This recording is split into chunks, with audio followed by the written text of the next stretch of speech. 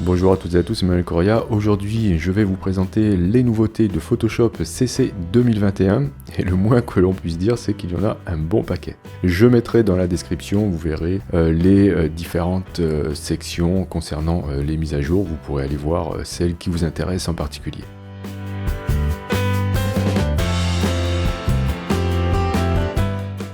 Je vais vous montrer en premier le nouveau panneau Découvrir. En fait, c'est la zone de recherche que nous avions déjà, mais qui s'est grandement améliorée lorsque l'on fait CTRL F ou commande F, ou que l'on clique ici sur la loupe dans la barre des options. Vous allez ouvrir maintenant ce panneau dans lequel vous allez trouver en haut une zone de saisie. Si vous avez par exemple un doute sur un outil en particulier, ici je vais taper plume, vous allez avoir des résultats concernant votre requête et je vais choisir là-dedans outil plume.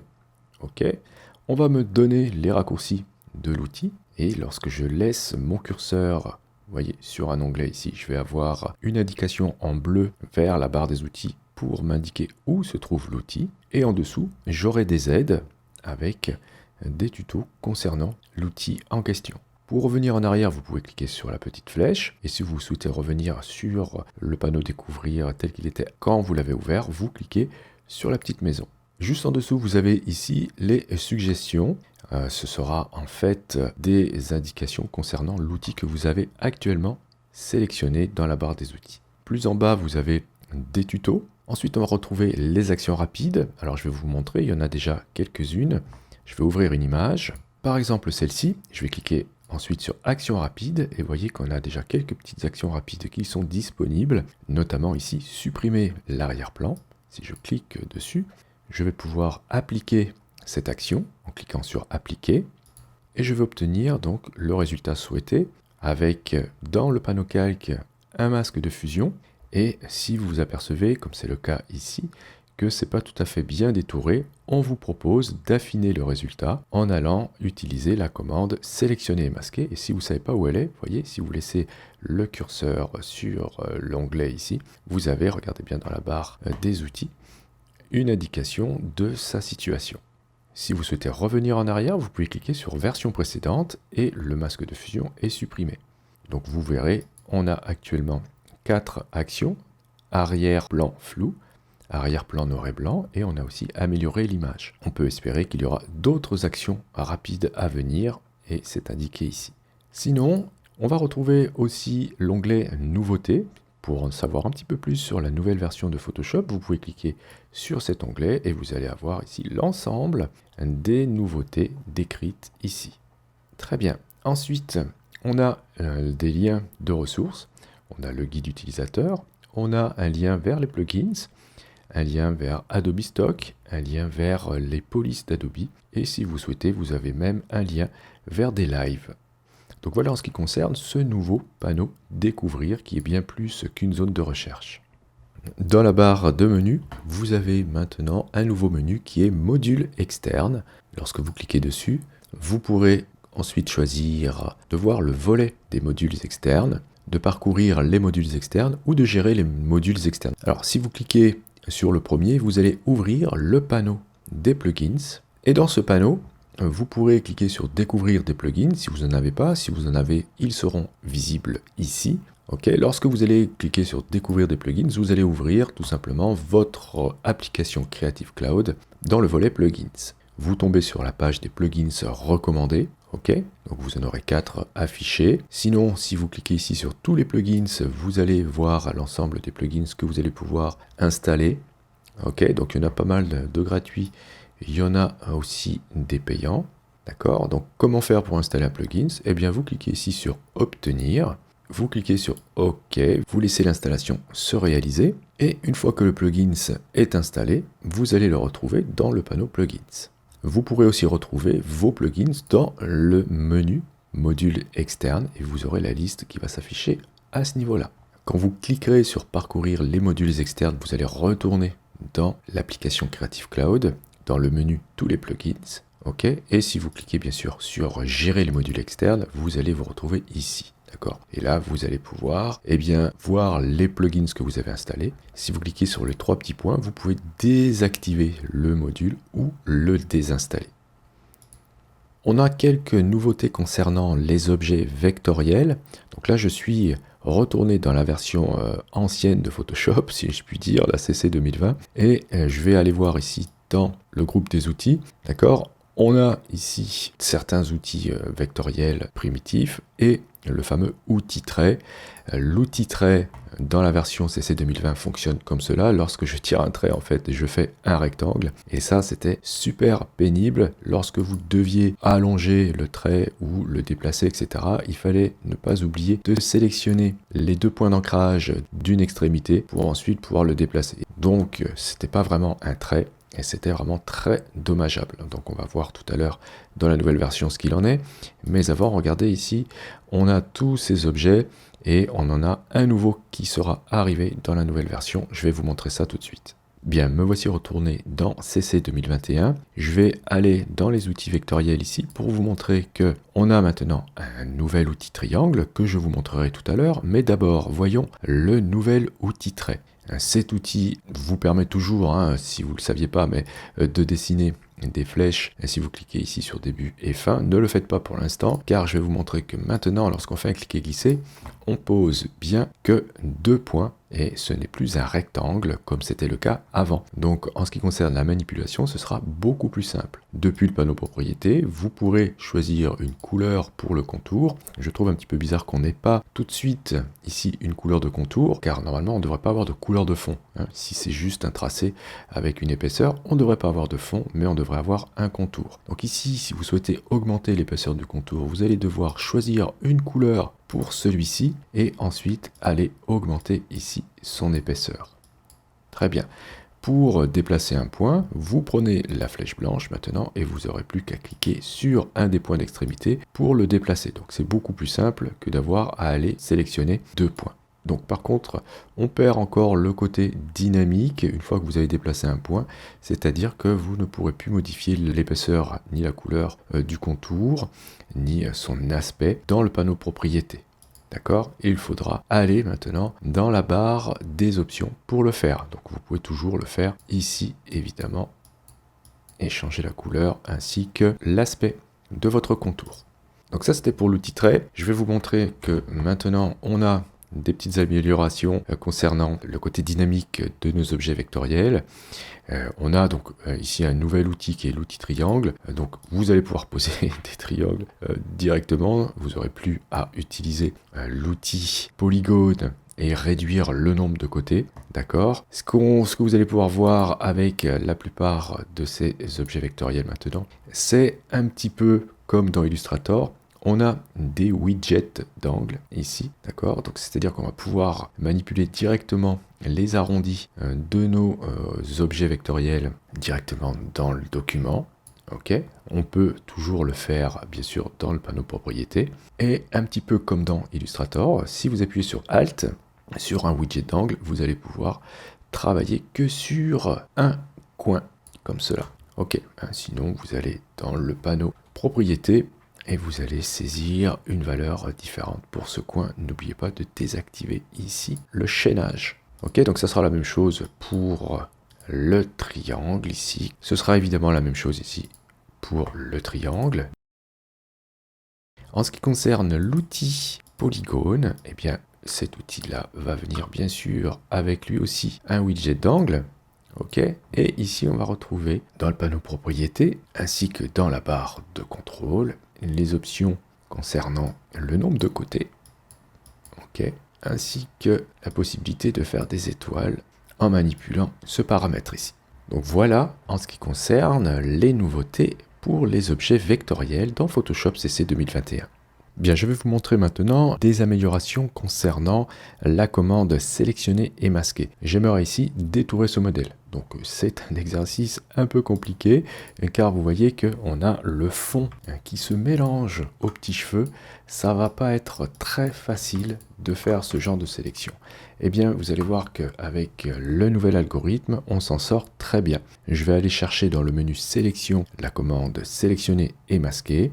Ok, je vais choisir comme affichage celui qui est par défaut pelure d'oignon. D'accord? Me mettre ici avec une transparence aux alentours de 50%. Je vous rappelle, voilà, que pelure d'oignon vous permet de distinguer ce qui est sélectionné de ce qui n'est pas. Tout ce qui n'est pas sélectionné sera transparent. Je vais ensuite faire appel à la commande sélectionner un sujet. Alors, vous l'aurez dans la barre de contrôle si vous utilisez tous les outils que vous avez là, sauf la main et la loupe.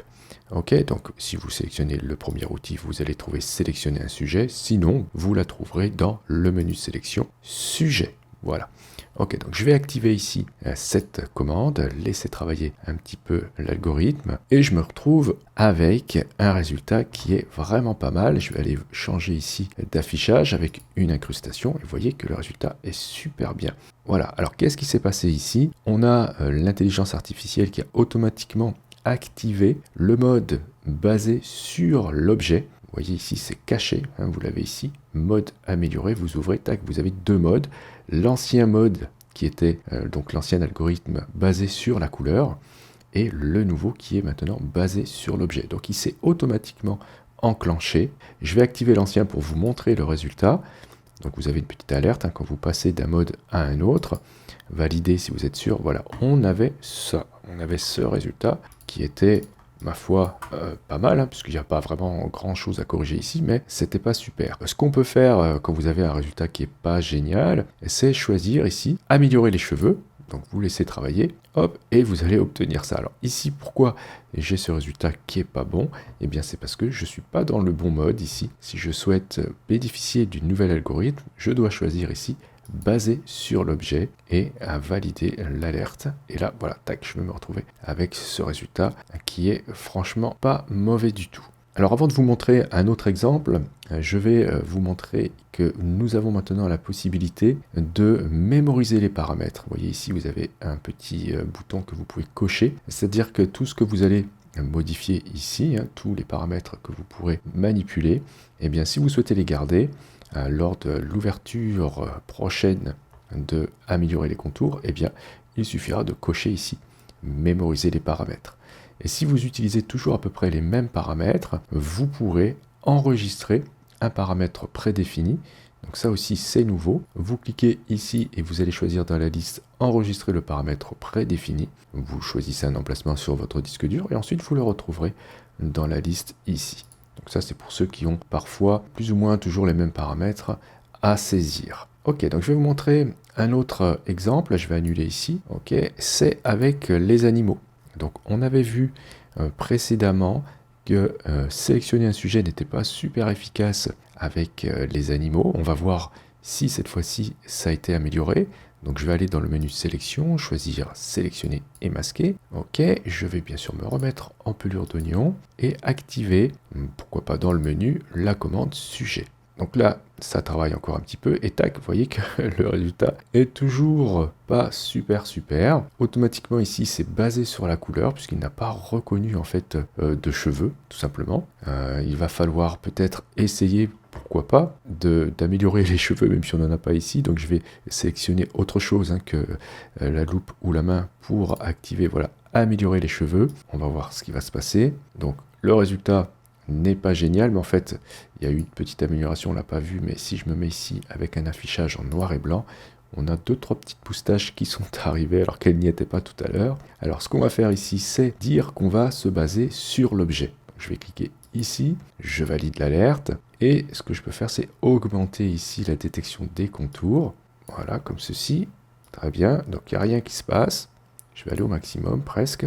Et là, vous voyez qu'on commence à voir des poils apparaître. Donc, je vais aller voilà, à 250 pixels pour voir. Et là, c'est pas bon du tout. Alors, je peux réduire. Alors, on peut jouer ici avec le rayon du paramètre détection des contours. Ok, je vais le remettre à 0. Je vais vous montrer que, évidemment, vous pouvez aussi jouer avec l'outil d'amélioration des contours ici et passer dans les contours. Alors, ne rentrez pas dans votre sujet. Vous êtes juste à la limite, voilà, entre le fond et les contours de votre sujet. Ok, donc on obtient ça. Il manque un petit bout de la queue ici. Donc là, je travaille dans le masque. Il vaudrait mieux travailler plutôt en pelure d'oignon pour voir directement ce qu'il faut sélectionner. Ok, donc je vais faire ça tout autour.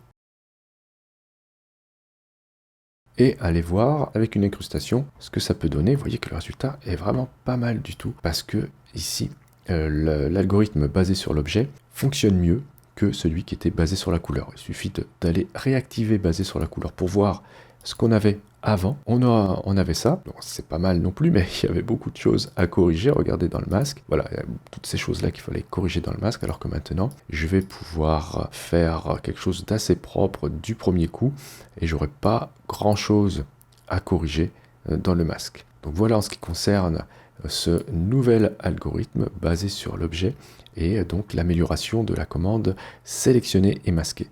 Alors c'est un détail, mais ça peut être hyper important pour ceux qui utilisent souvent des paramètres prédéfinis. J'ai ouvert ici quelques panneaux, par exemple le panneau style, motif, nuancier, etc. On a la possibilité de faire des recherches dans ces paramètres prédéfinis. Donc si vous avez correctement renommé ces derniers, vous pourrez facilement les retrouver en saisissant le nom dans la zone de recherche correspondant voilà, aux paramètres que vous souhaitez retrouver. Donc voilà, c'est pas grand chose, mais ça peut être très utile pour certains. Alors je vais vous montrer une petite nouveauté concernant les objets dynamiques. On a la possibilité maintenant de réinitialiser leur transformation. Là j'ai un calque normal, je vais faire un clic droit, je vais le convertir en tant qu'objet dynamique, ok, et admettons que je lui fasse subir une transformation. Donc pour cela je peux faire appel à la commande transformation manuelle, CTRL-T sur PC ou Command-T sur Mac. Je peux voilà, faire un changement d'échelle si je veux. Si j'appuie sur commande ou contrôle, je peux déplacer les points et faire ce genre de transformation. Pourquoi pas pour le mettre dans une perspective. Je valide la transformation et maintenant si j'ai besoin de retrouver mon image telle qu'elle était avant la transformation, je vais pouvoir le faire. Alors attention, uniquement avec les objets dynamiques. Je fais un clic droit sur le calque dynamique et je vais choisir là-dedans réinitialiser la transformation. Okay, ou bien depuis le panneau propriété, je clique sur cette icône qui me fera exactement la même chose, voilà, qui va réinitialiser la transformation. Donc cette commande vous permet cela uniquement avec les objets dynamiques. Un tout petit changement concernant la commande remplissage d'après le contenu. Jusqu'à présent, il fallait aller la chercher dans le menu édition. Vous avez ici remplissage d'après le contenu. Attention, il vous faut une sélection. Et bien maintenant, lorsque vous avez réalisé la sélection de l'objet que vous souhaitez supprimer, il vous suffit de faire un clic droit et de choisir dans le menu contextuel remplissage d'après le contenu pour appeler cette commande. Et voilà le travail. Donc ce genre de petits détails fait qu'on peut travailler d'une manière plus efficace. Une grande nouveauté concernant les motifs dans Photoshop, on va pouvoir maintenant prévisualiser le motif directement dans le document, ce qui va grandement nous faciliter la tâche lorsqu'on souhaite créer des motifs. Je vais vous montrer, ici j'ai un document carré, d'accord. Je vais prendre un outil de forme personnalisée, aller chercher dans la liste, ici dans la barre des options, ou depuis le panneau forme, voilà, pourquoi pas un cœur, ok, voilà, je vais le positionner ici. Et aussi une espèce de lune, hop, je la fais glisser dans le document, tac, ok. Je peux ensuite changer sa couleur, etc., etc. Donc là, je travaille avec des objets vectoriels, mais vous allez voir qu'on va pouvoir aussi travailler avec des calques de pixels. Donc là, j'ai deux éléments. Je souhaiterais en faire un motif. Eh bien, je vais déjà peut-être demander à voir le motif, comment il sera lorsqu'il se répète. Depuis le menu affichage, aperçu du motif. Donc j'ai une petite alerte ici qui me dit que ça marche mieux avec des objets dynamiques. Donc vous validez avec OK. Donc voyez ce qui se passe. Je vais dézoomer un petit peu pour vous montrer. On a notre motif qui se répète tout autour de notre document. C'est extrêmement pratique pour pouvoir réaliser des motifs. Vous voyez la limite bleue en fait qui est la limite du document mais qui est du coup aussi la limite du motif. Je vais pouvoir déplacer mes éléments. Voilà. OK, et vous voyez que toutes les modifications que je réalise sont visibles lors de la répétition. OK, et je vais pouvoir aussi, si je le souhaite, travailler sur des calques de pixels. Donc je vais ajouter ici un calque par-dessus, et je vais prendre mon outil pinceau, choisir peut-être une couleur bleue, mettre la dureté au maximum, et avec un petit lissage pour faire des traits bien lisses, je vais pouvoir faire des choses hop, comme ça, bien arrondi. et bien me repositionner ici. Donc là, bon, je suis pas bien raccord, hein, il aurait fallu que je travaille un petit peu plus proprement, mais c'est juste pour vous montrer que, voilà, en quelques clics, on obtient un motif et c'est beaucoup plus facile de les faire maintenant qu'auparavant, puisqu'avant il fallait tester son motif avant de pouvoir être sûr qu'il fonctionnait correctement. Donc là, hop, si je déplace mon cœur, j'obtiens ça. Une fois que vous êtes satisfait avec votre motif, vous allez dans le menu édition, vous choisissez utiliser comme motif, vous lui donnez un nom et ensuite vous pouvez le tester, par exemple sur un calque de remplissage de type motif.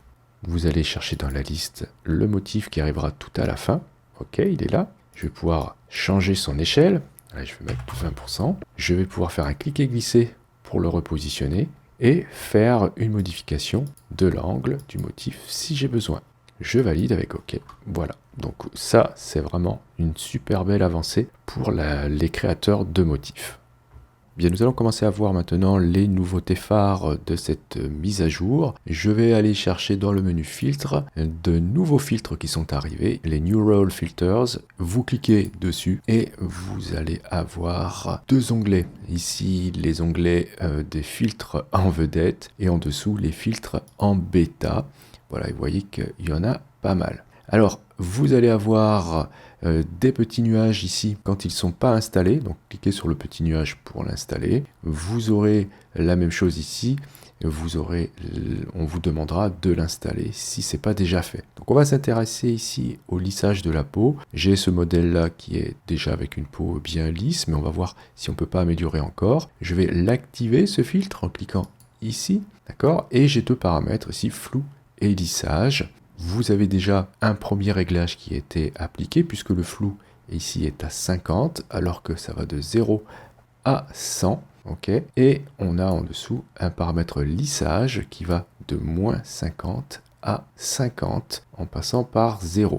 Donc on ne peut pas voir avant et après, enfin si, il suffit de désactiver le filtre pour voir. Donc ça c'est avant, ça c'est après. Alors ce filtre est un petit peu lent, je trouve, et vous voyez que là il l'a pas, il s'est pas remis, alors que tout à l'heure on avait déjà un pré-réglage et là le fait de l'avoir désactivé et réactivé, ça n'a pas fonctionné. Donc peut-être qu'il faudrait que j'augmente ici le paramètre flou, voilà, pour voir que ça remarche. Donc il y a encore des bugs, je vais vous montrer des bugs intéressants avec ce filtre. Bon, je vous dis déjà qu'on va pas voir tous les filtres parce qu'il y en a un paquet, donc je vous montre ceux qui sont peut-être les plus intéressants. On a la possibilité en bas ici de faire une sortie soit sur le calque sélectionné, calque dupliqué masqué, nouveau calque ou filtre dynamique. Je vais vous montrer qu'avec nouveau calque ça marche pas vraiment. Je vais valider avec OK et regardez ce qui va se passer. Je me retrouve avec donc le résultat du filtre sur un calque, d'accord? Si je fais un clic sur l'œil pour voir avant-après, ça ne m'a pas vraiment appliqué le filtre sur toute l'image. Donc ce que je vais faire ici, c'est plutôt retourner dans le filtre et cette fois-ci décider de sortir plutôt sur un filtre dynamique. Là, ça va fonctionner, ok. Ça fonctionnera aussi sur le calque dupliqué. Ça fonctionnera pas sur le calque dupliqué masqué. En tout cas, chez moi, ça fonctionne pas.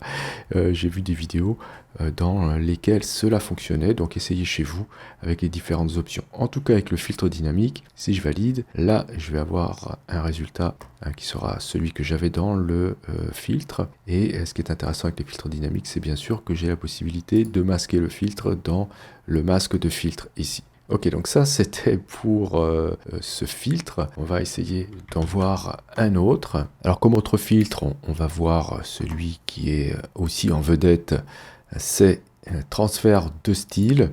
Alors attention, c'est un petit peu long à charger, puisque ça va aller charger des images récupérées sur le cloud. Et vous avez, donc en fait le principe c'est ça, c'est que vous avez des images qui sont appliquées sur votre image. D'accord ? Vous pouvez conserver la couleur donc, de l'image d'origine ou non. Si vous avez de la profondeur de champ, vous pouvez demander à ce que cela soit respecté. La force du style, vous allez pouvoir la moduler, ainsi que la taille du pinceau utilisé. Vous voyez, plus il est petit, plus vous aurez des détails fins, et vous pouvez décider de flouter l'arrière-plan, etc. Donc tout ça, c'est aussi Adobe Sensei qui fait ce genre de choses. Si vous cliquez sur Afficher plus, vous aurez d'autres images que vous allez pouvoir appliquer. Donc je le dis encore une fois, c'est un petit peu long quand même à être appliqué. Et donc voilà, bon, ma foi, ça pourra peut-être donner des effets intéressants. Ça serait bien si on pouvait utiliser nos propres images. En tout cas, voilà, moi ce qui me fait un petit peu peur là-dedans, c'est que on va se retrouver avec beaucoup d'effets semblables, vous allez voir, dans les mois prochains. Ok, donc on a ce style-là, je ne vais pas l'appliquer. Hop, je vais aller voir d'autres filtres ici, comme portrait intelligent. Alors ça, je vais l'activer. Vous allez voir qu'on a là-dedans plein de paramètres. Et vous voyez ici, on a une petite indication pour nous dire que ce filtre traite les images dans le cloud. Donc il va falloir envoyer cette image-là en ligne, qu'elle soit traitée et que ça revienne chez vous. Donc ça risque d'être un petit peu long. Donc là, vous allez pouvoir modifier les expressions. Vous allez pouvoir changer l'âge du sujet. Vous allez pouvoir aussi redéfinir le regard ici, modifier l'épaisseur des cheveux, tourner légèrement la tête, modifier la direction de la lumière. Donc après, vous avez d'autres paramètres pour le masque, l'emplacement, le contour progressif, etc. Donc ici, ce qu'on peut faire, c'est juste s'amuser à tester le bonheur. Donc on va l'augmenter, on va voir si quelque chose va se passer donc au niveau de l'expression faciale. Donc c'est un petit peu long. Et voilà, je me retrouve avec ce résultat. Bon, je ne sais pas si c'est vraiment l'expression du bonheur pour ce modèle, mais en tout cas, voilà ce que Adobe Sensei nous a sorti. Après, bon, vous avez la surprise et la colère, mais bon, c'est tellement long à charger et à revenir que je ne vais pas vous le montrer. Peut-être que l'âge du sujet, ça peut valoir le coup. Donc je vais ici mettre le curseur au maximum. Tiens, on va rigoler. Et voilà le résultat. Bon, bah écoutez, c'est plutôt pas mal. C'est intéressant. Bon, alors à quoi ça peut servir ça? Bah, ça peut servir à faire de l'illustration hein, quand on doit, je sais pas moi, illustrer un article et qu'on n'a pas forcément la bonne photo. Ça peut dépanner. Évidemment, ça remplacera pas une vraie photographie. Je vais vous montrer maintenant comment on peut, avec les nouveaux filtres, coloriser automatiquement une image. Alors j'ai cette image-là et celle-ci. Alors celle que je vous ai mis dans les liens, elle est plutôt voilà comme ça. Donc on peut la laisser comme ça, vous allez voir, ça marche bien. Je vais aller donc dans les filtres, dans les Neural Filters, ici choisir dans les filtres bêta. Donc ici, coloriser, je vais activer ce filtre, hop là, voilà, et on va laisser travailler un petit peu. Donc voilà, par défaut, on obtient ce résultat. Vous avez ensuite la possibilité eh bien, d'ajouter du rouge ou du cyan. Donc vous voyez, vous avez les curseurs ici, il suffit de lire et de manipuler ces curseurs. Donc par exemple, si je veux plus de jaune, hop, je vais tirer le curseur ici du jaune, donc là. Ok. Ici, alors je sais pas trop à quoi ça sert pour l'instant, j'ai pas vraiment encore étudié le filtre. Peut-être que ça sert à ajouter une dominante dans l'image, mais quand je fais des changements ici, ça fonctionne, il n'y a rien qui se passe. Donc il faudra que j'étudie un peu plus en avant. C'est comme ici, je sais pas trop à quoi sert ce paramètre, la couleur focale ou couleur de la scène. Si on met voilà, le curseur sur couleur focale, on va avoir des espèces voilà, d'effets comme ça, comme si c'était basé plutôt sur je sais pas, la profondeur de l'image ou je sais pas. Pour l'instant, je sais pas trop à quoi ça sert. On verra ça plus tard, quand j'étudierai la chose. Ici, bon, on peut dire que, ma foi, c'est pas mal du tout. Donc, vous voyez, la main ici n'a pas été colorisée. Enfin, il y a encore des progrès, évidemment. Comme pour tous les filtres, hein, vous pouvez sortir sur un nouveau calque. On va voir ici si ça fonctionne, parce que vous avez vu, avec le visage, ça marchait pas. Donc, ici, ma foi, c'est pas génial non plus, je sais pas pourquoi chez moi ça marche pas. Vous voyez ici j'ai plein de tâches et c'est pas du tout comme dans le filtre. J'aurais dû plutôt sortir avec un filtre dynamique. Bien, ceci étant dit, je vais vous montrer qu'avec ce type d'image par exemple, eh bien ça marche pas vraiment. Vous allez voir que voilà, j'obtiens ce résultat. Donc là, par défaut c'est pas bon du tout. Il y aurait encore pas mal de boulot. En tout cas, voilà, c'est pour vous montrer que ça marche pas toujours vraiment bien encore. Après, ben, il y a d'autres filtres que je ne vais pas détailler aujourd'hui dans cette vidéo, sinon elle serait vraiment trop longue. On verra ça certainement dans d'autres vidéos. Nous allons voir maintenant une nouveauté qui a déjà fait couler pas mal d'encre, ou plutôt qui a plutôt été déjà vue pas mal en vidéo, c'est le remplacement du ciel. Alors j'ai choisi deux images pour vous montrer que bon, cet outil est plutôt sympa, mais c'est quand même pas le truc foufou, hein, puisque là donc j'ai un ciel qui est simple à remplacer et j'ai un reflet, ok, et ici j'ai par contre un ciel qui est beaucoup plus complexe. On va voir comment ça va s'en sortir. Donc cette commande là vous la trouvez dans le menu édition, remplacement du ciel, hop, voilà, et là vous avez cette boîte de dialogue qui va s'ouvrir. Alors attention, c'est un petit peu long voilà, à se faire. Et on a, ma foi, dans un premier jet, quelque chose qui est pas moche. Ok, bon, évidemment, ici, je l'ai fait exprès, hein, je suis taquin. On n'a pas le reflet, c'est tout à fait normal. Si on zoome, on peut s'apercevoir que le détourage est, ma foi, plus que correct. C'est vraiment pas mal. Et ensuite, vous pourrez décider d'un autre ciel. Voilà, donc là, vous avez, vous voyez, c'est classé, hein, ciel bleu, ciel spectaculaire, coucher du soleil. Donc on peut choisir, pourquoi pas ici, un ciel plutôt nuageux, pourquoi pas celui-ci. Ok, donc ça va, hop, le remplacer. Très bien. Et est-ce qu'on peut pas avoir d'autres ciels? Est-ce qu'on peut pas mettre nos propres ciels? Si vous cliquez sur le petit plus ici, vous avez la possibilité d'aller choisir une image. Et du coup, c'est cette image-là qui va être ajoutée là-dedans. Et vous pourrez, voyez, remplacer le ciel par une de vos images. Ok, donc qu'est-ce qui est intéressant ensuite de voir? C'est que là, vous avez la possibilité de faire un décalage du contour, parce qu'en fait, ici, on a tout un jeu de masques de fusion. Donc, on peut faire un décalage du contour. Si on va à gauche ici, on va, voyez, augmenter l'espace qu'il y a dans le masque. En fait, ce qu'on va faire, c'est qu'on va ici indiquer que autour, eh bien, ça n'agit pas. Ou au contraire, on va pouvoir resserrer. Et dans ce cas, hop, voilà, là, on a des zones qui vont être mangées par le ciel. Donc voilà, jouez avec ce curseur-là si vous trouvez que c'est pas super. Ensuite, on a la possibilité d'atténuer les contours. Donc ici, c'est à 100. Si je mets à 0, je vais avoir voilà, des contours beaucoup plus marqués. Et ça fait pas tout à fait naturel, bien sûr, comme ça. Ensuite, on va pouvoir régler la luminosité et la température du ciel.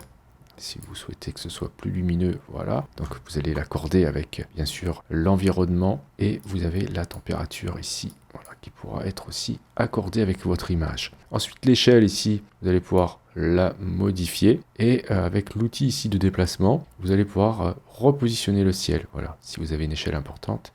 Voilà, n'allez pas trop loin parce qu'au bout d'un moment, vous sortez. Voilà, hop, on fait ça. Ensuite, la symétrie ici, bah, vous pourrez indiquer, en fonction de la direction du soleil, hein, que vous êtes dans une symétrie ou dans une autre. Et vous avez ici la possibilité de modifier l'éclairage. L'éclairage, donc c'est plus le ciel cette fois-ci, hein, c'est bien votre premier plan, hein, d'accord? Donc ici, si je pousse le curseur à droite, je vais foncer. Si je le mets à 0, c'est comme c'était avant, vous voyez? Et ici, le réglage des couleurs. Donc à 0, il n'y a rien. Et au maximum, il y a peut-être quelque chose, mais ici je ne vois rien du tout. Ensuite, on a la sortie qui se fera soit sur des nouveaux calques, soit le calque dupliqué avec l'effet. Je vous conseille de choisir plutôt nouveau calque, mais avant je vais vous montrer qu'ici on a un outil qui nous permet d'étendre ou de réduire la zone du ciel. Alors faites gaffe à ça, parce que c'est en fait ce que vous faites là, c'est que vous peignez dans le futur masque de fusion, d'accord, avec des modes de fusion ici. Donc regardez ici, en mode normal, si je peins là, hop, je vais supprimer des éléments de premier plan. Donc, je vais revenir en arrière avec CTRL Z. Si je soustrais ici, eh bien, vous voyez, je soustrais du ciel que j'ai ajouté tout à l'heure. Alors, bien sûr, il faudra faire ça gentiment, avec peut-être une dureté très faible, une opacité réduite. Et ça va être pas évident pour les novices de savoir ce que font les modes de fusion ici. Il faut garder à l'esprit que vous travaillez sur un masque de fusion noir et blanc. D'accord? Donc les modes intéressants ici, ce sera normal, produit, superposition et incrustation. Donc voilà, c'est vraiment pas pour les novices cet outil-là ici. Hein. Donc, de toute façon, on aura l'occasion de revenir dans ce filtre, bien sûr, à part dans des vidéos dédiées à ça. Donc ici, je vais valider avec OK. Et qu'est-ce qu'on voit? Et c'est surtout ça qui est intéressant, à mon avis, pour ce filtre ici, c'est qu'on va voir comment, en fait, c'est fait. On va surtout avoir un masque de fusion ici. Donc si vous faites Alt-clic, vous le verrez. Donc le masque de fusion, là, vous allez pouvoir l'améliorer si besoin. Donc il est déjà plus ou moins fait, hein, donc c'est ça qui est intéressant avec ce filtre. Et on en a ici un autre pour l'éclairage du premier plan, d'accord, qui est là. Et vous voyez ce qu'on avait choisi tout à l'heure, produit, c'est là. C'est pour ce calque là, ici. Et la couleur de premier plan est gérée par une courbe. Ok. Donc tout ça, vous pouvez le modifier après coup, bien sûr. Revenir sur la luminosité du ciel, la température du ciel, etc. Donc ça, c'est plutôt pas mal. C'est pour ça que je vous dis, c'est important de sortir avec tous les réglages plutôt qu'avec juste une copie sur votre calque. Bien, ensuite, on va tester, pourquoi pas, ici, avec un ciel compliqué. Donc, je vais aller chercher dans l'édition remplacement du ciel. Et vous allez voir que là, bon, c'est vraiment trop complexe encore pour Adobe Sensei. Il arrive à faire des trucs, mais franchement, il y a encore beaucoup de boulot. J'y suis allé un peu fort, mais c'est encore à améliorer tout ça. Donc, on verra ça dans le futur. Donc, je vais annuler pour vous montrer qu'on a, je vais reprendre cette photo, un autre outil de sélection qui lui s'intéresse qu'au ciel. Donc, dans le menu sélection, vous avez ciel ici en dessous de sujet. Et cette commande va en fait essayer de sélectionner le ciel. Adobe Sensei bien sûr là-dessous, et c'est avec ça qu'il fait la sélection du ciel lorsqu'il remplace votre ciel. Donc ici ensuite vous pouvez ajouter un masque de fusion. Alors appuyez sur Alt lorsque vous allez cliquer sur le bouton pour ajouter l'inverse de notre sélection, hein, sinon on n'aura que le ciel. Faites Alt-clic dans le masque pour aller voir voilà, ce qu'il faut encore améliorer. Donc là c'est pas mal, hein. Il suffira ici, je peux vous montrer, par exemple de prendre l'outil pinceau, de peindre en blanc en mode incrustation. Vous n'êtes pas obligé de peindre avec une opacité au maximum, mais voilà, si vous faites ça, alors je vais désactiver le lissage. Hop, je vais le mettre à 100% pour vous montrer. Voilà, si vous faites ça, vous pourrez pas peindre dans le noir, donc du coup, vous sortez pas des limites ici. Faites attention parce que ici, comme c'est pas vraiment noir, si on insiste un peu, voilà, on va quand même dépasser. Donc, c'est pas mal. Ça pourra nous faire gagner du temps si on souhaite ne pas utiliser la commande remplacement du ciel et remplacer nous-mêmes notre ciel et maîtriser tout de A à Z. Enfin bref, voilà, c'est un autre moyen de le faire. Alors là, ici, si vous l'essayez là, franchement, ça va pas forcément bien marcher. C'est le moins qu'on puisse dire. Le masque de fusion est comme ça. Il y a encore du boulot Adobe Sensei, mais pourquoi pas, dans l'avenir, ça va certainement s'améliorer. Je vais vous montrer maintenant qu'on a un nouvel outil plume qui est basé sur le contenu pris en compte, donc c'est encore de l'intelligence artificielle qui est là-dessous. Pour l'activer, vous devez aller dans les préférences, donc édition préférences ou CTRL-K ou commande K pour aller dans les préférences. Sur Mac, ce sera Photoshop préférences. Vous allez ici dans aperçu de technologie et il faut activer l'outil traçage. Ok, donc avec l'environnement pris en compte. Vous l'activez, vous validez avec OK et ensuite vous redémarrez Photoshop. Donc je vais vous montrer ensuite que dans la barre des outils, ça se situe ici. Voilà, outil de traçage. Ok, et comment fonctionne cet outil? En fait, eh bien, vous avez une vectorisation automatique de l'image qui est réalisée, on va dire, en sous-main, en live, grâce à ce paramètre-là de détail et ici à traçage. Donc vous avez trois types de traçage possibles, simplifié, normal ou de manière détaillée. Je vais me mettre ici sur normal, ok, et vous avez là le détail que vous allez pouvoir moduler, hein. Soit c'est très détaillé comme ça, soit c'est peu détaillé. Et en fait, qu'est-ce qui va se passer? Une fois que vous avez trouvé le détail nécessaire, vous allez prendre votre plume, donc celle que vous avez déjà sélectionnée, et vous allez ensuite poser les tracés que vous souhaitez en fonction de ce que vous avez rentré là, d'accord? Donc tout ce qui est bleu pourra être tracé avec l'outil plume de traçage. Donc comment on fait? Eh bien on s'approche d'un endroit où on souhaite commencer le tracé, hop, vous voyez que le futur tracé arrive, vous faites un clic et vous poursuivez comme ça, hop, de cette manière. Donc ici, on voit que l'intelligence artificielle a quand même du mal parce que c'est très détaillé cette zone, d'accord? Et franchement, ici, on aurait utilisé la plume normale, ça aurait été beaucoup plus vite. Parce que là, vous voyez, je suis obligé d'ajouter des petits bouts par-ci, par-là, etc. Donc pour faire tout le tour, là, ça serait un peu galère et on voit qu'il y a des parasites à ce niveau-là. Ça sera bien pratique sur des objets qui sont très bien marqués, hein, je dirais avec des contours francs et bien détachés du fond. Ok, ici c'est pas super. Vous avez des petites icônes ici, je vais vous montrer quand même pour ajouter des tracés. Vous voyez, si vous cliquez sur un tracé, vous allez pouvoir le relier à un autre. Donc vous voyez une ligne magenta, tac, pour aller faire la jonction avec l'autre tracé, par exemple ici et là. Donc ça marche pas super tout le temps, hop, voilà, comme ça. Enfin, vous voyez que cet outil peut être intéressant, pas dans ce cas. Moi j'aurais vraiment cru que là il aurait réussi à faire quelque chose de sympa, puisque la forme était quand même assez bien détachée du fond, surtout en tout cas le contour ici du violon. On essaiera de le faire fonctionner dans de meilleures conditions, et il faut espérer bien sûr qu'il s'améliore aussi cet outil. La dernière chose que je souhaite vous montrer, cela concerne les versions que vous enregistrez en ligne. Donc ici, j'ai plusieurs documents que j'ai enregistrés en ligne. Je vais prendre celui-ci, donc je vais l'ouvrir. Et on va voir que maintenant, déjà lorsque vous avez un document qui est enregistré en ligne, vous avez dans l'onglet ici une petite indication, un petit nuage qui vous indique que ce document est enregistré en ligne. Et vous avez ici l'extension PSDC, ok, donc Photoshop et Cloud. Le C c'est pour Cloud, d'accord.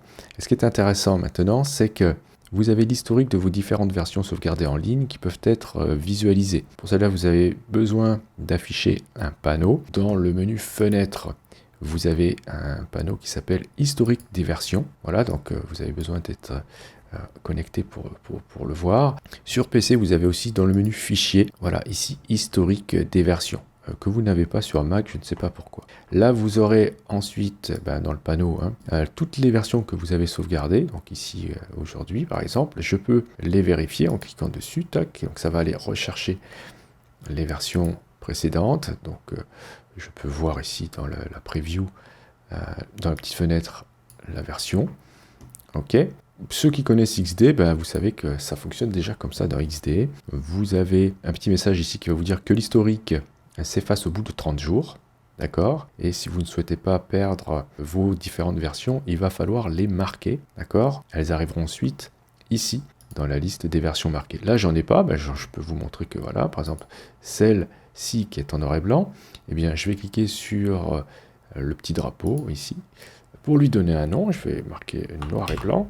Ok, je valide avec entrée, tac, ça passe ici en version marquée, donc celle-ci ne sera pas effacée au bout de 30 jours. L'autre version qui est ici, la version couleur, eh bien, je vais la nommer couleur, et j'ai ainsi deux versions possibles de cette image. Si je souhaite ouvrir la version couleur, eh bien, je vais cliquer sur les trois petits points ici, et dire que je souhaite ouvrir dans un nouvel onglet, ou alors j'aurais pu rétablir la version. Donc si je fais ça, j'ouvre l'image dans un autre onglet. Alors, c'est un peu long parce que ça va la chercher sur le cloud, bien sûr. Cette version, quand elle est ouverte, peut être à nouveau enregistrée en ligne, si vous le souhaitez, avec un autre nom. Elle peut être aussi enregistrée en local, si vous souhaitez. Voilà. Donc, n'oubliez pas, lorsque vous faites fichier enregistrer sous, indiquez bien ici si vous souhaitez l'enregistrer dans le cloud ou non. Donc voilà en ce qui concerne ce nouveau panneau ici, historique des versions. Je vous remercie d'avoir suivi cette vidéo. Si vous avez des questions, n'hésitez pas à le faire dans les commentaires. Si vous avez aimé, vous pouvez cliquer sur j'aime. Si vous souhaitez soutenir cette chaîne, vous pouvez cliquer sur le lien Utip présent dans la description de cette vidéo. Si vous n'êtes pas encore abonné, vous pouvez cliquer sur abonnez-vous. N'oubliez pas la petite clochette pour être averti des prochains cours ou des prochains tutos. Et justement, on se dit à la prochaine pour un autre cours ou pour un autre tuto.